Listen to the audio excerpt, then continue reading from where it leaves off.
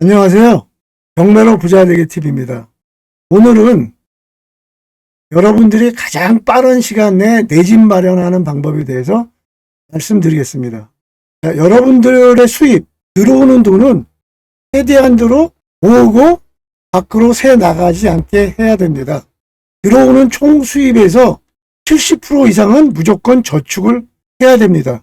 자, 그렇게 해서 가장 빠른 시간 내에 최대한 많은 종잣돈을 마련해야 됩니다. 물론 종잣돈은 많으면 많을수록 좋겠지만 최소한도로 5천만 원 또는 1억 정도를 목표로 해서 모으시기 바랍니다. 300만 원을 여러분들이 번다면 200만 원 정도는 매달 저금하시고 200만 원을 번다면 150만 원 정도를 매달 저금하는 것으로 목표로 하셔야 됩니다. 자, 이렇게 모으시게 되면 4년에서 5년 정도를 모으면 내가 목표로 한 5천만 원 또는 1억을 모일 수 있게 됩니다.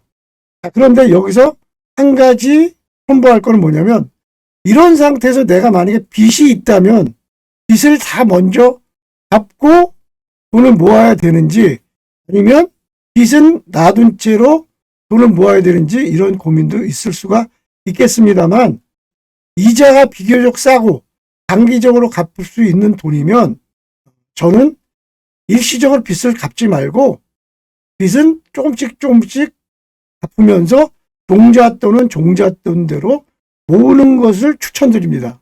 왜냐하면 빚을 다 갚고 나서 종잣돈을 모으려면 시간이 4, 5년에서 7, 8년, 10년으로 늦어지기 때문에 그렇겠죠. 즉 좋은 융자는 빠른 시간 내에 안 갚으셔도 된다는 거죠. 자, 이렇게 또 제가 말씀드리면 여러분들은 들어오는 돈이 쥐꼬리만한데 어떻게 70% 이상을 모을 수 있냐고 되물으실 수가 있습니다. 하지만 여러분들이 다른 사람들, 친구들이나 회사 동료들과는 절대 비교하실 필요도 없고 비교하지 마십시오. 또 좋은 차 타고 싶은 욕심들 다들 갖고 계실 겁니다. 내 집 마련하기 전에는 차를 사는 것은 금물입니다. 차에 관련한 동영상은 오른쪽 상단에 띄워드릴 테니까 참고하실 분은 참고하시고요.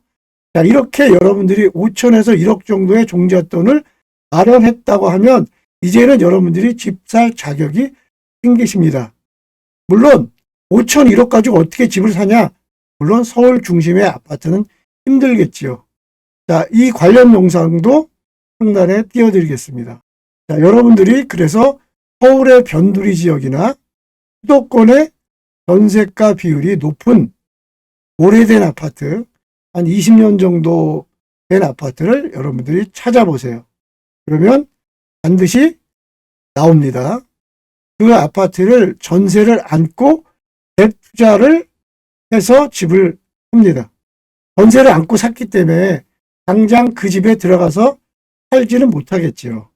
자, 이렇게 내 집 마련 후에 다시 3년, 4년 정도 돈을 예전처럼 70% 정도 또 모아서 3, 4년, 4, 5년 모은 돈으로 전세를 반전세로 바꿀 수도 있고, 여기서 그 집이 3, 4년 동안 또 어느 정도 올라가면은 그 집을 팔고 조금 더 좋은 아파트로 갈아타는 방법도 있겠죠.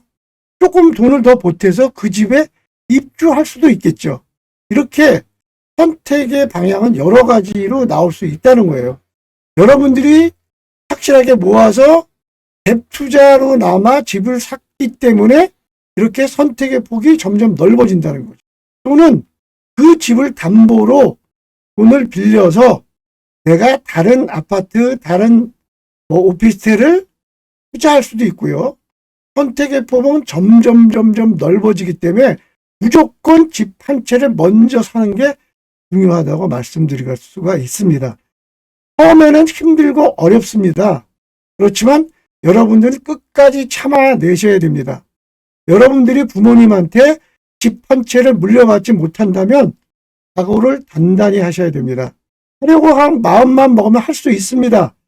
역시 그런 방법으로 아주 어렵게 내 집 마련을 했습니다. 마련을 하면 그거 걱정이 없어지고 하는 것 자체가 굉장히 편해집니다. 그렇기 때문에 어려움을 참고 내 집 마련할 때까지는 모든 집중을 내 집 마련 한 해에 온 힘을 다 해야 되겠습니다. 오늘은 여기서 마치겠습니다. 여러분의 내 집 마련과 성공 투자를 기원하겠습니다. 감사합니다.